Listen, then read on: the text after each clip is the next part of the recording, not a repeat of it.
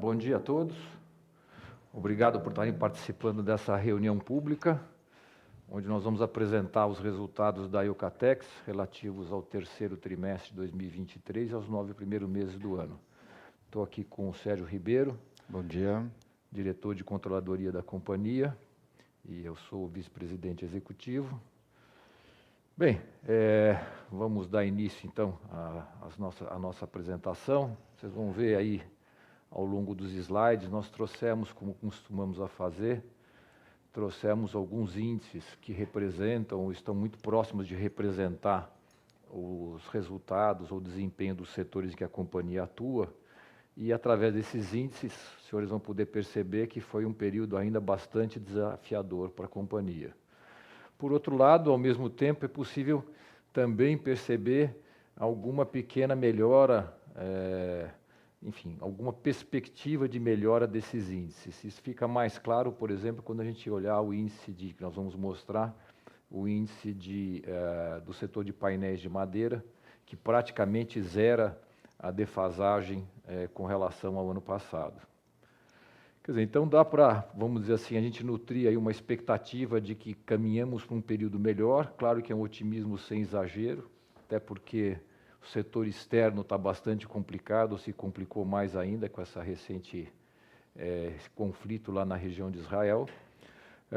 Mas, enfim, a gente consegue ver uma perspectiva, como eu disse, positiva, colecionando alguns indicadores que vão num sentido positivo, como, por exemplo, a questão da queda de juros, que é bastante relevante para a companhia, questão da confiança do consumidor, que está numa crescente. Outro dia eu vi que a taxa de desemprego agora desse último TRI foi a menor desde 2014, e ela foi menor, muito mais calcada na quantidade de pessoas trabalhando do que propriamente em algum evento de desalento, que às vezes influencia o índice. Enfim, acho que nós podemos ter um otimismo para o período que está por vir, principalmente, aí, como eu disse, por esses três indicadores, né, esses indicadores de queda de juros, aumento de emprego e mais confiança. Então, vamos iniciar com os slides. Bom, o primeiro deles, vamos assim, na verdade, é o slide de número 4. Aqui nós trazemos as nossas receitas, abertas pelo trimestre e pelos 9 meses. A gente vê que em ambos os períodos nós crescemos um pouco mais, vamos dizer assim, há uma certa perda de tração no que diz respeito agora nesse terceiro TRI, mas é um terceiro TRI ainda positivo. A gente perde um pouco de tração, nós vamos ver um pouquinho mais adiante, no segmento principalmente de exportação, e ganha tração no segmento de construção civil. Do lado direito do slide, nós temos uns gráficos em pizza, que representam a forma como a companhia está organizada. Essa mesma receita do lado esquerdo, dividida por segmento. Então, nós temos o segmento da indústria e revenda, o segmento da construção civil e o segmento da exportação. Não tem muita diferença entre os dois períodos, então estão bastante assemelhados aí à distribuição da receita por esses segmentos. Seguindo adiante, nós temos nós vamos detalhar como é que esses segmentos estão compostos em termos de produtos. Começamos com o segmento da indústria moveleira e revenda. Ele é basicamente composto de painéis de madeira. As duas primeiras colunas nós temos os painéis finos, quer dizer, a chapa de fibra e o painel de HDF. Esses painéis normalmente são painéis de até 3 milímetros de espessura, e do lado direito as outras colunas são dos painéis grossos, os painéis de MDF e os painéis de MDP. Os painéis finos eles são mais utilizados para fechamento de móveis, para fechamento de gaveta, e no caso da chapa de fibra, que é quase que um produto exclusivo da Eucatex, ela é bastante utilizada também na indústria de embalagens. Já os painéis grossos, eles são utilizados mais na estrutura dos móveis, nas laterais, nas portas, nas prateleiras internas, né? Bom, esses painéis eles podem ser vendidos revestidos ou não revestidos, né? Se nós pegarmos, por exemplo, o segmento de MDP aqui no Brasil, em torno de 90% das chapas são vendidas sem revestimento, são vendidas sem nenhum tipo de acabamento. A nossa estratégia é uma estratégia justamente oposta a isso. 100% dos painéis que a empresa vende são painéis revestidos. E, através desse revestimento, a gente consegue vários aspectos positivos. Por exemplo, uma agregação de valor, uma quantidade de reais maior por metro cúbico e, principalmente, nós, através de painéis com padronagens diferentes, a gente participar do projeto dos nossos clientes. A gente fica muito mais próximo desse cliente do que um vendedor de commodity, como é a maioria dos nossos competidores nesse segmento. Bom, aqui depois nós temos o segmento de construção civil. A gente pode dizer que aqui é uma espécie de guarda-chuva, né, onde nós temos diversos tipos de produtos. Os 3 primeiros em azul são produtos de base florestal, assim como os painéis que nós vimos anteriormente. Na verdade, isso é um processo de verticalização da empresa, né? Então, nós produzimos o substrato nas prensas e depois transformamos esses painéis, esse substrato em portas, em pisos, em sistemas de divisórias. Nesse segmento de porta também nós temos hoje, que tem sido bastante relevante, nós estamos apostando bastante, a questão dos kits, onde nós vendemos as portas já, quer dizer, acompanhadas dos batentes e dos alisar, né? E, finalmente, nós temos um produto bastante relevante na composição da nossa receita, que é tintas e vernizes. Hoje deve ser em torno de 25% do faturamento da empresa vem de tintas e vernizes, e é o único produto nosso, vamos dizer assim, que não tem base florestal. Aí tem uma lista das marcas que a gente trabalha com cada um desses produtos. Marca nesse aspecto é bastante relevante, já que nós lidamos, assim, temos, vamos dizer assim, um lojista entre nós e o consumidor, mas nós trabalhamos diretamente a marca com os consumidores. Então, essas marcas são importantes e são conhecidas, como o Eucaflor, como tintas Peg Pint, tintas Eucatex, divisórias de Velux, entre outras, né?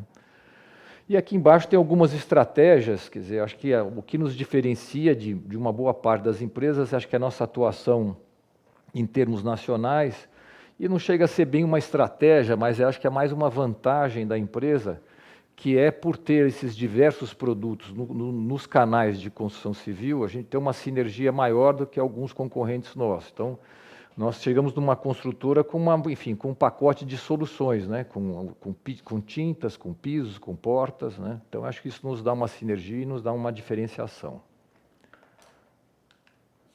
Bom, finalmente, o segmento de exportação. Nós temos como foco exportar todos os produtos que a empresa produz, mas, enfim, o carro-chefe realmente da exportação são as chapas finas, são os painéis de madeira, notadamente os painéis finos. As principais regiões onde nós atuamos enfim, país, Estados Unidos e região América Latina, né?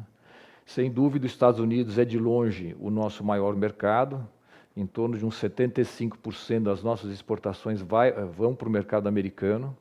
Já há alguns anos nós constituímos lá uma subsidiária integral, ela fica em Atlanta, ou numa cidade próxima de Atlanta, ali no estado da Geórgia.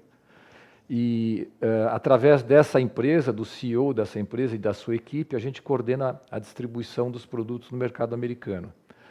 Nós temos diversos armazéns espalhados pelo país, e isso permite que a gente tenha vamos dizer assim, uma atuação com bastante capilaridade e uma competitividade com relação a, por exemplo, simplesmente importadores que levam grandes quantidades de material para os Estados Unidos e têm que vender no atacado. A gente tem uma capilaridade para poder atender a revenda, e aqui do lado direito tem alguns exemplos de revendas importantes que são grandes parceiros nossos já há muitos anos, como a The Home Depot e a Lowe's, e também indústrias como a Masonite.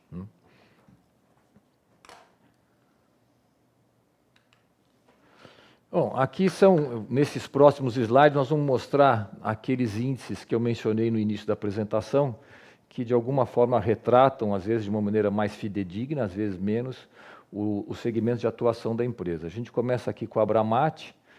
É possível perceber aí, depois de um ano muito bom, que foi o ano de 2021, A gente enfrenta o ano de 2022 com uma queda significativa e começa 2023 também com bastante dificuldade, quer dizer, é um segmento que enfrentou bastante dificuldade no primeiro trimestre. Essa dificuldade, de alguma forma, ela vem desanuviando, que foi aquilo que nós mencionamos de início, e a expectativa, pelo menos dessa associação, é que o ano termine aí próximo de 0 ou com menos 1%, o que não deixa de ser um alento para quem teve um ano passado com menos 7%, né? Outro índice importante ou representativo da nossa atividade é a Abrafat. Aqui nós temos praticamente 75% a 80% de todos os produtores de tintas e vernizes no Brasil. Então é um segmento bem aderente aí à nossa atividade. Também como o segmento ou como o índice de material de construção, ele começa o ano de ele termina o ano de 2022 bastante negativo, mas ao contrário da Abramat, ele inicia o ano positivo e vem perdendo um pouquinho de tração, mas continua no azul, no caso aí está verde, mas continua no azul e deve fechar o ano com crescimento em relação ao ano anterior. Aqui também é muito representativo, uma estatística preparada pelo IBÁ, que reflete o desempenho dos pisos laminados. Enfim, esse setor está sofrendo um pouco mais, a gente percebe que ele sofre mais do que os dois anteriores que a gente viu, e aqui, além da dificuldade em si de um cenário desafiador para materiais de construção, é um segmento que está sofrendo uma concorrência muito grande dos pisos vinílicos. Então, ele tem perdido um pouco mais de espaço, tem tido mais dificuldade do que outros produtos ou outros materiais de construção. Nós temos procurado nós também vendemos pisos vinílicos, isso é importante a gente dizer, nós somos importadores de pisos vinílicos, vendemos pisos vinílicos no mercado nacional, temos uma participação importante, mas enfim, quando a gente foca no piso laminado, a empresa tem tomado várias providências no sentido de tentar reverter um pouco dessa queda. Nós temos lançado vários padrões diferentes, vários formatos, várias larguras, formatos quadrados, enfim, para tentar reverter essa queda que está registrada aí nesse índice. Finalmente, nós temos a informação aqui do segmento de painéis. Aqui é um comparativo entre produção, que está muito próximo de venda, e capacidade instalada. Então, como eu disse de início, isso para os 3 tipos de painéis. Então, aqui tem chapa de fibra, MDF e MDP, que são os 3 tipos de painéis que são produzidos no Brasil. Como eu disse de início, é nítida que há uma recuperação. Esses números, se a gente fosse olhar no início do ano, por exemplo, o número do mercado externo estava em torno de menos 40%. Então, é um mercado que, tanto o interno quanto o externo, vem se recuperando. Hoje já estamos num percentual positivo, já estamos na somatória acima do ano passado, e a perspectiva é de que a gente feche o ano no azul, no que diz respeito ao mercado interno, e talvez fique próximo de zerar o mercado externo. Ali no gráfico de colunas do lado esquerdo, a gente percebe aquela partezinha amarela, é a ociosidade com que o setor trabalha. Ainda tem 2 novas unidades que estão para entrar em operação, elas não estão aí contabilizadas ainda. Quer dizer, então, se a gente já pensar nessas unidades de painéis novas que vão entrar, a ociosidade seria até maior. Mas a verdade é que nós estamos trabalhando, então, em números parecidos com o ano passado e ainda bem aquém de números de pandemia, né? Durante a pandemia, que realmente foi favorável para o material de construção, onde as ociosidades chegaram aí próximas até de 12%. A gente volta o foco de novo um pouco para a companhia e a gente volta a falar de receita operacional. Dessa feita, a gente está abrindo essa receita entre os diferentes segmentos de atuação da empresa, que a gente apresentou lá no início, naqueles gráficos de pizza. Do lado esquerdo, nós temos a indústria moveleira e a revenda. Há um crescimento relevante, enfim, no acumulado e também no trimestre. O segmento de construção civil também tem um crescimento relevante, está com 10,1% nesse trimestre agora, e inclusive, como eu disse de início, tendo até mais tração agora do que no acumulado do ano. Então, enfim, são índices bastante positivos e que mostram um bom desempenho da empresa, como eu disse, dentro de um cenário que nós não vimos nada parecido com isso, dentro de um cenário bastante desafiador, se não zero ou até negativo, né? Aqui o segmento de exportação, como eu comentei, basicamente a gente exporta tudo, mas realmente o forte aqui são os painéis de madeira. Esse segmento nós estamos, enfim, enfrentando um pouco mais de dificuldade, ou enfrentando dificuldade, o mercado externo está mais restritivo. Só que esses números aqui também tá demonstrando a receita em reais.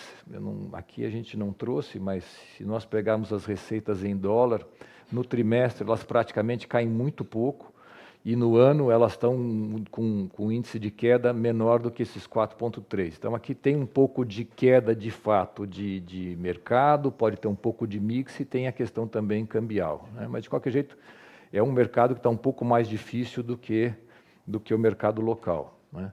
Mas se a gente lembrar, os números estão, enfim, se não acima, estão bastante aderentes aí do que nós vimos naquela estatística do IBÁ. Seguindo adiante, aqui nós pensamos, agora já estou no slide 15, aqui nós pensamos alguns indicadores de um DRE, né? Então, começando do lado esquerdo, nós temos aqui informações da nossa receita, que a gente já comentou, ela cresce aí 1,8 no TRI, cresce 7,6 no acumulado, atingindo aí 2 bilhões e 14. O nosso lucro e a margem bruta também tem uma melhoria importante, tanto no que diz respeito ao percentual, quanto à quantidade de reais geradas, né?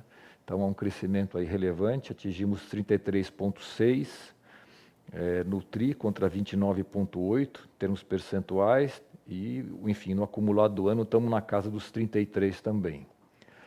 As despesas administrativas e com vendas, por outro lado, elas têm um crescimento tanto nominal, né, em termos de número de reais, atingiu aí 122 bilhões no trimestre, 340 milhões no acumulado, e crescem também como expressão com relação à receita. Aqui, basicamente, o que cresce, que tem puxado essas despesas administrativas e com vendas, claro, além de uma variação natural que ocorre com o crescimento de vendas, com crescimento de receita, perdão, porque as despesas com vendas elas têm uma proporcionalidade com relação à receita, mas elas crescem principalmente pelos investimentos que a companhia tem feito em marketing.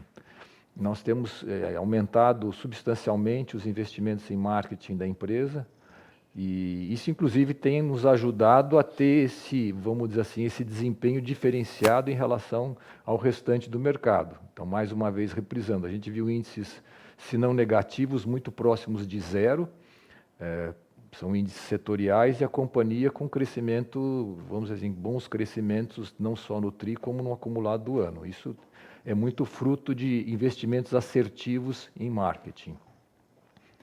Depois nós temos nas outras duas colunas o EBITDA recorrente, a margem EBITDA, que também é positivo, quer dizer, tanto positivo do ponto de vista percentual, com crescimento de 18,8 para 20,5 no TRI, de 19,7 para 20,8 no acumulado, e um crescimento também em reais, a gente atingindo aí 418 milhões nos 9 primeiros meses desse ano. E o lucro também reflete esse bom desempenho da companhia, com um crescimento bastante vigoroso, tanto em percentual quanto no número de reais.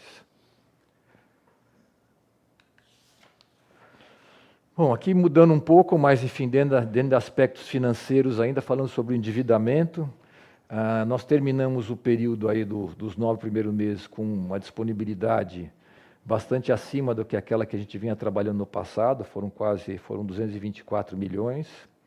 A nossa dívida líquida, ela tem uma queda também importante aí para o período, são 35 milhões a menos do que aquele patamar que a gente fechou aí no primeiro semestre. Nós voltamos, nunca tivemos muito distante, enfim, mas voltamos para casa de 1 para 1, né, a relação de dívida e EBITDA, que também é bastante positivo. E quando a gente olha o gráfico de pizza ali do lado esquerdo, a gente também percebe, se comparar com períodos anteriores, uma melhora nessa relação de curto e de longo prazo. Ainda há um trabalho para fazer, né? Ainda há um foco que a gente tem dado grande aí na parte do ciclo no ciclo financeiro da companhia, né? Quer dizer, atentos à questão de estoque, atentos a prazo de fornecedor. A verdade é que a gente ainda está um pouco esticado, nós acreditamos que a gente pode retornar esse número, duvido que para próximo do que foi em 2021, mas talvez para patamares mais próximos de 110 dias, 105 dias, o que deve trazer aí um desinvestimento em giro relevante.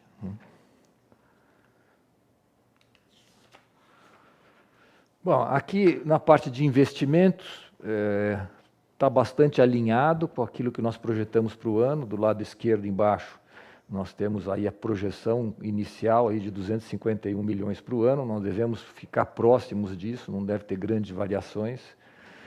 Como sempre, esses investimentos nossos são muito focados na parte de sustentação fabril, quer dizer, na perenização da nossa atividade fabril e na reposição das florestas. Enfim, aí na tabela a gente tem aonde foram alocados esses investimentos, de novo com esse foco. E o que a gente pode dizer é que, enfim, o foco é o investimento de reposição, mas há também, sim, investimentos estratégicos. Quer dizer, sempre em torno de uns 15% desses números que está aí são investimentos em novos equipamentos, desengargalamento de alguma área da fábrica, algum ganho de produtividade, enfim, alguma melhora em equipamentos ou em pequenas mudanças na capacidade instalada. Bom, falar um pouco do tema de governança e sustentabilidade, e fechando a nossa apresentação.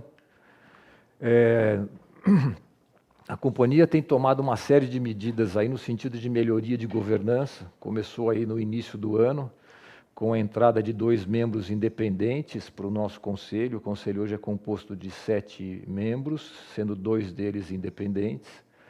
Nós temos procurado instalar, oficializar diversos comitês. Nós começamos com o comitê de auditoria, um comitê composto por um dos nossos conselheiros independentes e por mais 2 membros de fora da companhia. Membros esses são profissionais do setor de auditoria, um deles trabalhou por muitos anos, uma carreira aí, bastante longa na Ernst Young. Né? Criamos também o comitê de ética. Bom, recentemente, acho que talvez na semana passada, aí foi até uma premiação especial aí para o Sérgio Ribeiro, recebeu o troféu. Nós recebemos o troféu de transparência das demonstrações financeiras, um troféu que é conferido pela ANEFAC. São pelo menos, acho que 3 categorias de empresas até 5 bilhões, de 5 a 20, acima de 20. Muitos nomes grandes, nomes assim, bem conceituados no mercado, e aí o Catex estava dentre essas empresas. Nós criamos também, concomitante, aí, ou vamos dizer assim, reforçamos o canal de denúncias de uma forma bastante independente, que trabalha muito próximo do Comitê de Ética. Implantamos também o Comitê de Pessoas e Governança, que é liderado por um membro independente do Conselho. Aprovamos agora, recentemente, na última reunião de Conselho, uma política para transações de partes relacionadas e conflitos. Enfim, a empresa tem procurado aperfeiçoar seus mecanismos de governança corporativa dia a dia, né? E aí são alguns exemplos. Aí, mudando um pouco de governança para sustentabilidade, aqui as informações das nossas florestas. Nós somos hoje 100% autossuficientes em madeira. Fizemos um trabalho que hoje a gente percebe, talvez a gente não tivesse a dimensão quando a gente fez, mas foi muito bem feito. Nós fizemos várias compras de madeira durante os anos de 20 e 21, aproveitando aquele boom que houve em material de construção. Então, nós compramos muita madeira, e isso permitiu que a gente saísse de um déficit em 21 da ordem de 23%, 24%, para um déficit praticamente zero e para autossuficiência. Nós contamos hoje com 129 fazendas, são 43 mil hectares de florestas, sendo 35 mil de efetivo plantio, todas elas localizadas em São Paulo. Ali do lado a gente pode ver os raios médios para as nossas unidades, são raios bem competitivos. O programa por esse ano, ali embaixo nos gráficos de colunas, é um programa de 6 mil hectares, que seria o necessário para a gente estar repondo as florestas que vão ser consumidas esse ano. Provavelmente a gente vai ficar um pouquinho aquém, devemos ficar em torno de uns 5.700, 5.800 hectares, mas a gente recupera já no programa do ano seguinte. E quando se fala em sustentabilidade do lado direito, quer dizer, é possível ver que a companhia tem aí todos os principais selos, está faltando até aí o do Serflor, que é um selo importante também, que a companhia tem os principais selos que atestam que as florestas são bem manejadas, de forma responsável, que a empresa também é, porque o selo verde, por exemplo, ele vai bastante além só de regras de forma de plantio, de forma de trato de terra, e também envolve aspectos sociais das comunidades em torno das florestas, então isso mostra que a empresa é bastante responsável nesse sentido. Ainda no tema sustentabilidade, esse é um projeto já que tem algum tempo dentro da companhia, mas nós sempre fazemos questão de trazer, porque temos muito orgulho desse projeto, desse sistema de reciclagem que a companhia criou, nos beneficiando do fato de estarmos na cidade de Salto. Nós temos na cidade de Salto 2 unidades de produção de painéis de madeira grandes, e a gente se beneficia dessa localização geográfica, porque nós estamos muito próximos de Campinas, nós estamos próximos de Sorocaba, Piracicaba, etc.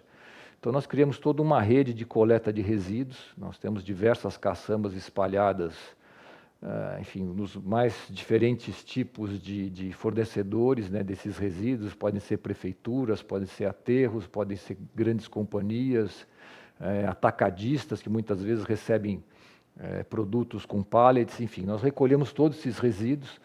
Dá para a gente ver ali do lado esquerdo, que vem todo tipo realmente de madeira. A gente vê ali bobina de telefone, né, de fio de telefone, resto de guarda-roupa, de construção civil, enfim, todo esse material ele é levado através dessas caçambas ou recebido de maneira espontânea, vamos dizer assim. Também nós temos uma coleta, a gente se coloca à disposição para quem quiser nos entregar resíduo na fábrica, a gente recepciona.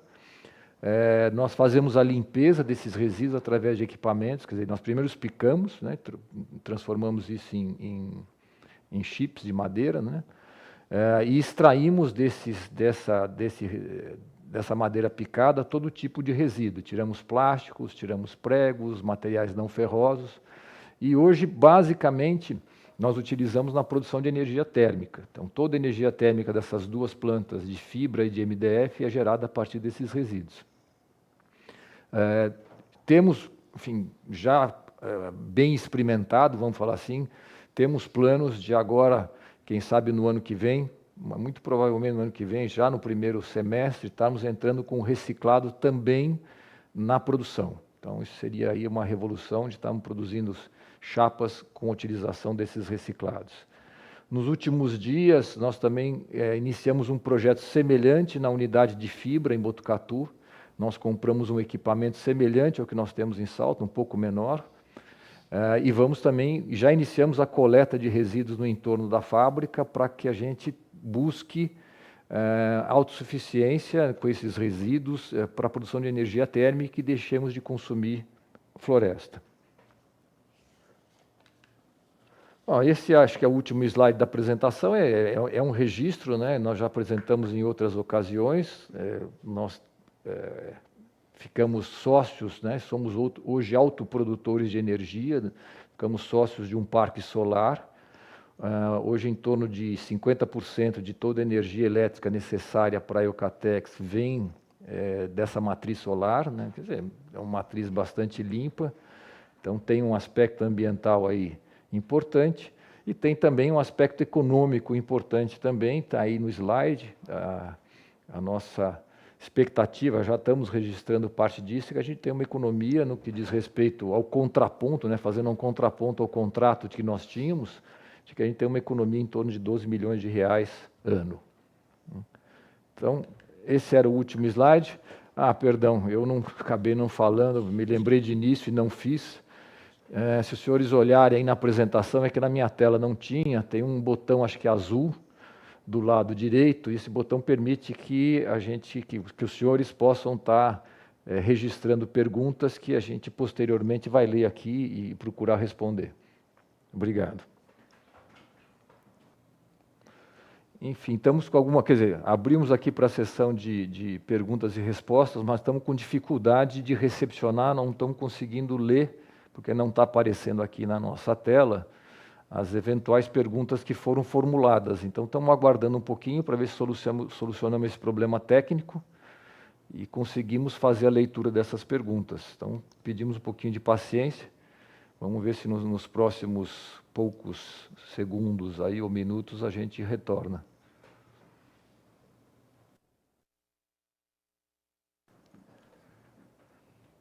Bom, nós conseguimos receber algumas perguntas, não sei se todas, mas algumas a gente teve acesso aqui. Bom, vou ler algumas, né, que são possíveis aqui. Quais são as expectativas do mercado moveleiro para os próximos meses? Como eu falei, eu entendo que dá para a gente nutrir algum otimismo. Esse otimismo é perceptível nesses índices, né? Aquele índice que nós mostramos do IBA de painel de madeira, ele é um retrato do setor moveleiro e, de alguma maneira, para a indústria, para a revenda, né? Para o setor de revenda, porque, na verdade, os painéis do Brasil são vendidos ou diretamente para a indústria seriada ou é vendido através da revenda para um pequeno industrial, para um pequeno moveleiro. Esse setor tem reagido, eu acho que essa reação continua, e penso que nós vamos nos beneficiar desse cenário que nós mencionamos. Acho que um cenário de juros, os nossos produtos são bastante dependentes de crédito, quer dizer, um cenário onde os juros estão mais baixos, onde você tem uma taxa de emprego, como eu mencionei, mais forte, onde o consumidor está mais confiante, enfim, essa compra deve acontecer. Isso sem mencionar o próprio setor da construção civil. Esses dias mesmo saíram o balanço das incorporadoras dos segmentos mais populares, mas, enfim, foram balanços bastante robustos, quer dizer, mostrando que as mexidas que foram feitas no programa tiveram eco aí nas empresas, quer dizer, no fundo, não logo no primeiro momento, né, falando do setor moveleiro, mas logo na sequência o setor moveleiro é acionado, né, para fabricar, enfim, para que o fulano possa colocar a cozinha, possa colocar os armários de banheiro, etc. Isso sem falar nos outros produtos nossos que são carreados com a construção civil, que é a tinta, que é a porta, etc. Né? Vamos lá. Bom, há uma pergunta aqui do Felipe, da EQI. Obrigado, Felipe. Quer dizer, ele me pergunta se há um novo planejamento estratégico sendo preparado, se sim, quando devemos tê-lo pronto para divulgação ao mercado. É fato, nós temos trabalhado num planejamento estratégico já faz alguns meses. Devemos estar para concluir, temos vamos dizer assim, uma reunião agora no dia 21 para bater o martelo, por assim dizer, em quais serão as principais frentes, de quais seriam os caminhos de crescimento da empresa.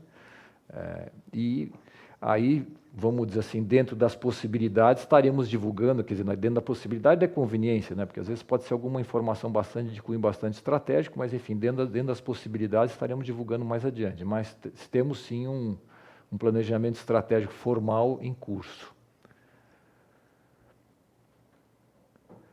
Há uma pergunta aqui do Cristiano Moura, da Pilotis FIA. Ele pergunta se há alguma expectativa para a entrada no novo mercado da Bovespa. Eu diria, quer dizer, eu responderia de uma outra forma. Nós temos um compromisso, acho que boa parte, talvez, que nos assista aqui saiba, mas talvez nem todos. Na virada desse ano, nós tivemos um ingresso aqui na Yucatex com uma participação muito relevante, né? Hoje tem em torno de 1/3 da companhia. Nós tivemos o ingresso do BTG em ações preferenciais. E um dos compromissos que nós assumimos com o BTG foi a mudança do nível de nível 1, que nós somos hoje, para nível 2. Então, isso é um compromisso, isso é formal. A mudança para o novo mercado é algo que está sendo estudado, quer dizer, não é um compromisso, mas é algo que a companhia, obviamente tendo que discutir com muito mais profundidade, inclusive com seus controladores, etc., mas é algo que a companhia vê com bons olhos. Vamos ver se a gente consegue pensar mais alguma aqui.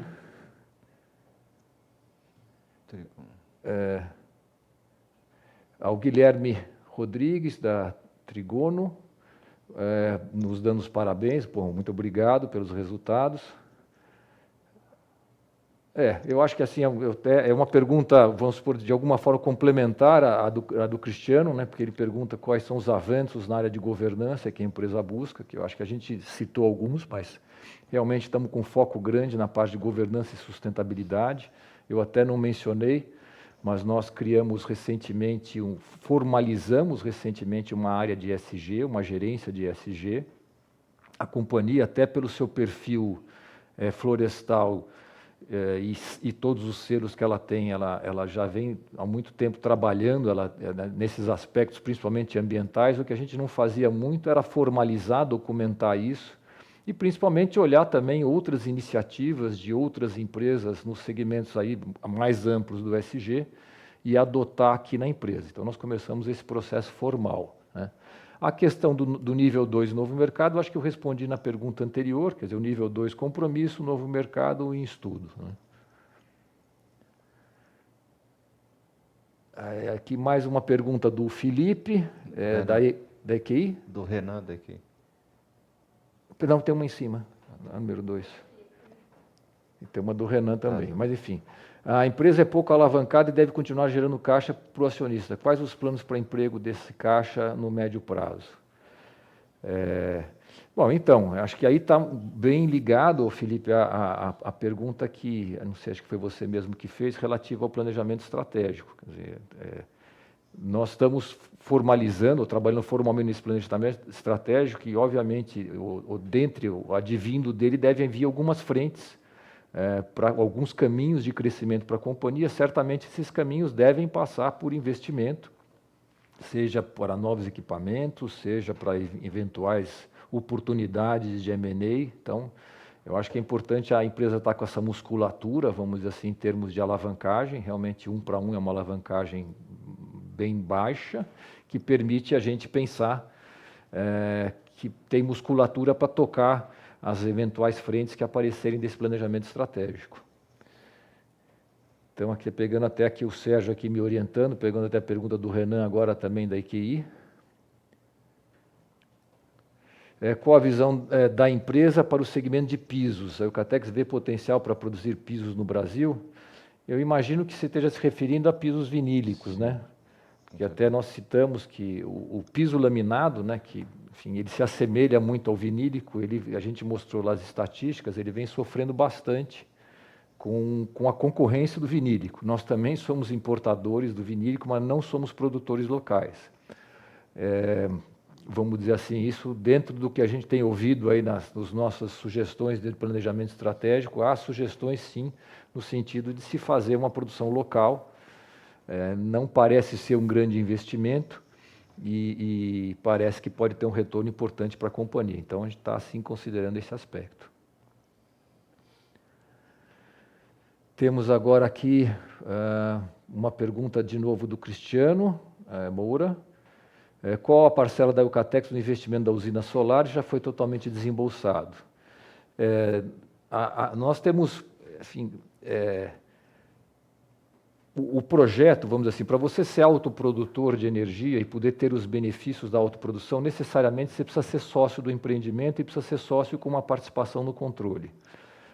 Mas, enfim, o investimento pesado, até nós acho que mostramos no slide, é um investimento no parque total que foi feito, né, um investimento de quase 1 bilhão, evidentemente nós não fizemos esse investimento, foi criado nesse projeto, ele foi segregado em algumas partes primeiro, né, porque esse bilhão é o todo do parque, e nessas partes foi criado companhias de propósitos especiais para cada uma dessas partes. E o que nós fizemos foi criar diferentes classes de ações, né, ações ordinárias e ações preferenciais. O grande volume de investimento foi feito pelo nosso parceiro, que é o empreendedor desse parque, e nós fizemos um investimento substancialmente menor, mas que nos permite ter essa classificação de autoprodutor. Esse investimento já foi totalmente quitado, nós não temos mais nada a desembolsar e sim, enfim, tirar proveito dessa oportunidade. Bom, o Cristiano também nos manda parabéns pelo resultado, muito obrigado, a gente, enfim, ficamos agradecidos. Bom, e a gente tem mais uma pergunta aqui do Carlos, do Carlos aqui dentro da Eucatex. Vamos ver qual é a curiosidade do Carlos aqui. Bom, dentro do plano estratégico futuro, a inclusão do plano de previdência privada, sim, isso está em estudo. Nós temos um banco parceiro que tem um sistema de previdência aí bastante robusto, e nós estamos estudando, ainda não batemos um martelo, mas estamos estudando a introdução do sistema de previdência privada aqui para a companhia também. É interessante ver a pergunta aqui de um companheiro nosso, de um colega nosso aqui interno, né? Bom, e temos uma última pergunta, acho, quer dizer, depois tem eventualmente mais, mas acho que a gente está esgotando o tempo. A expectativa dos resultados das exportações para os próximos meses em face da guerra de Europa e Oriente Médio. Bom, eu acho que eu cheguei a citar, não, acho que citei explicitamente, né, que o principal mercado nosso, nós falamos especificamente de duas regiões, né? O principal país destino, os Estados Unidos, com 70% a 75% das nossas vendas, e América Latina, com bastante importância. Europa, hoje, nós trabalhamos muito pouco, praticamente nada. A Europa é muito bem servida de fábricas de painéis, é bem difícil conseguir competir lá. E o Oriente Médio, até pela distância, é um mercado que tem alguma importância, mas uma importância relativamente pequena para nós. Nós tínhamos algumas vendas para Israel, mas, enfim, são coisas que não chegam a operar diferencialmente nos nossos resultados. É claro que se esse conflito que ninguém quer ganhar dimensões maiores, isso pode prejudicar as exportações, mas do ponto de vista de foco, Europa e Oriente Médio não faz diferença para nós, não. Bom, acho que é isso que nós tínhamos em termos de perguntas. Nós agradecemos a todos que nos acompanharam nessa manhã. Se houverem mais perguntas depois, nós, enfim, recepcionamos, estamos à disposição para responder. Agradeço aí ao Sérgio pelo apoio enfim, muito obrigado a todos, um bom dia. Bom dia.